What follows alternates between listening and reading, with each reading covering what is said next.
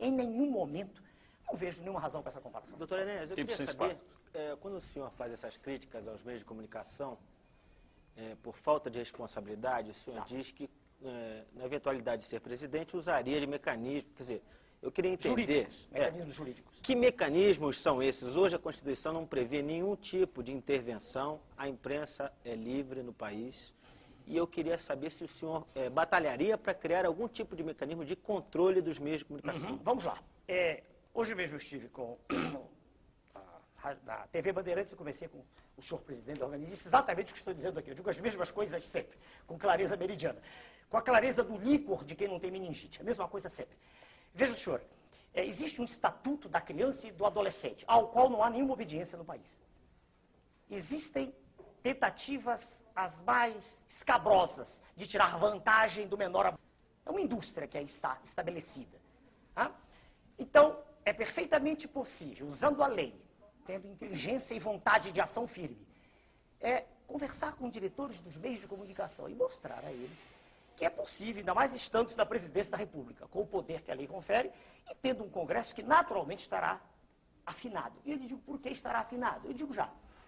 Imagine o senhor que, tendo 1 minuto no horário eleitoral gratuito, eu chegue a ser eleito. Imagine o senhor, apenas como exercício de raciocínio. Eu terei mostrado de forma inequívoca a toda a imprensa brasileira que tudo que é transmitido todos os dias não é o que a população quer. Em todas as páginas dos jornais, eles estão repletos de notícias dos candidatos da imprensa. Aqueles que a imprensa prestigia. E ela diz que tem experiência política. Como se experiência política fosse andar pelas ruas fazendo greves, gritando, ou fazendo comícios, eu não vejo assim. Eu vejo, senhor, que experiência resulta de aprendizado, de conhecimento do assunto. Por isso eu estou esperando que nós comecemos a falar das questões magnas aqui já. Mas essa é uma questão que pode ser considerada um problema brasileiro. O senhor foi o primeiro a apontar o problema da forma falta com que de os meios... respeito à criança Exatamente. que existe hoje. E esse não é um problema brasileiro? Eu já citei para o senhor o Estatuto da Criança e do Adolescente e a outra questão também, a qual não se faz referência normalmente, que é o direito de concessão. O direito de concessão previsto na Carta Magna, ele existe porque Sua Excelência, o Presidente da República, assina esse direito. Doutor Enéas, Mas eu só queria, por favor, de só queria entender das qual é emissoras que não se enquadrarem ao modelo que o senhor... Eu queria entender se é um processo de negociação, de discussão com a sociedade, negociação, se seria intervenção... Pois não, assim como eu estive hoje com o presidente, o primeiro de uma rede de comunicação que me convidou para conversar, e só fui porque fui convidado, tá? Jamais impus minha presença a lugar nenhum. Estou aqui porque os senhores mandaram um ofício, claro, calcado na lei, né? Mas eu quero crer que conversar com os diretores, presidentes dos meios de comunicação, como todos são chefes de família, e apenas eles participam do processo, porque, quero crer, não há outro jeito, é uma briga por ibope.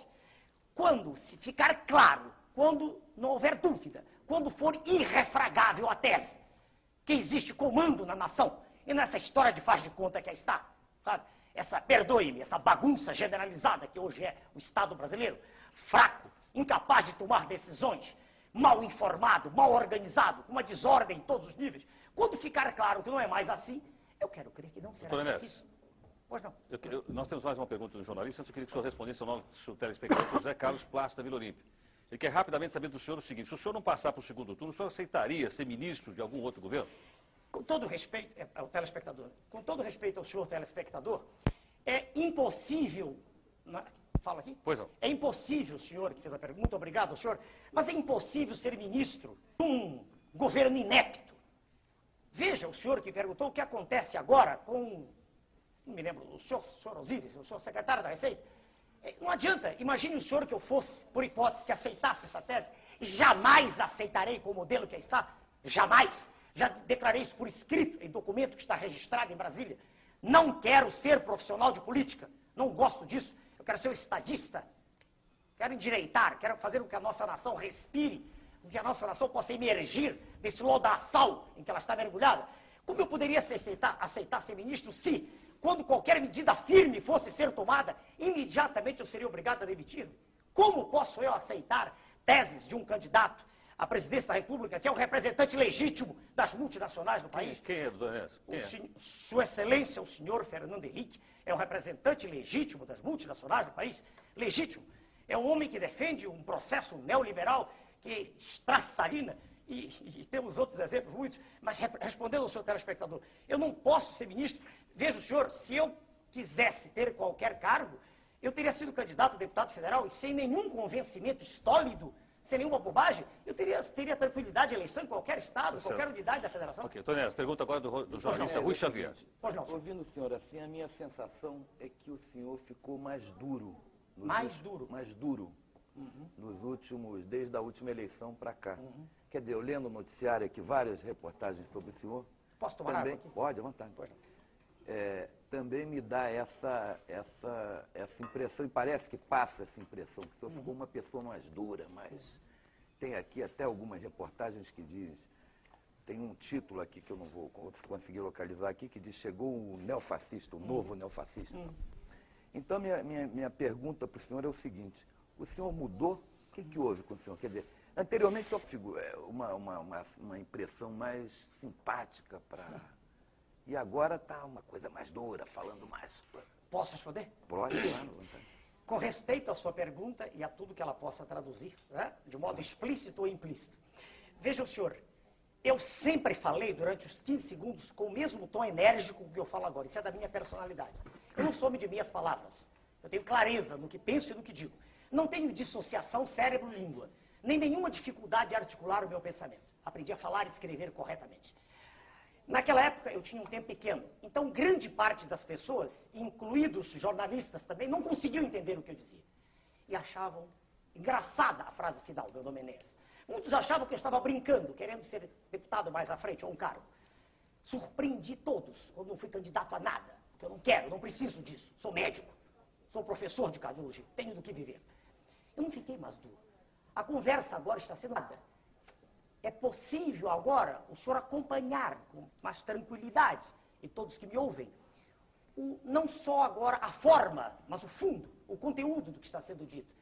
Eu falei em fevereiro de 1991, não sei se o senhor assistiu ao pronunciamento, uma hora inteira em cadeia nacional, e disse coisas extremamente duras. Eu fui o primeiro presidente de partido político que teve coragem de pedir a sua excelência, o presidente Collor, que renunciasse naquela ocasião.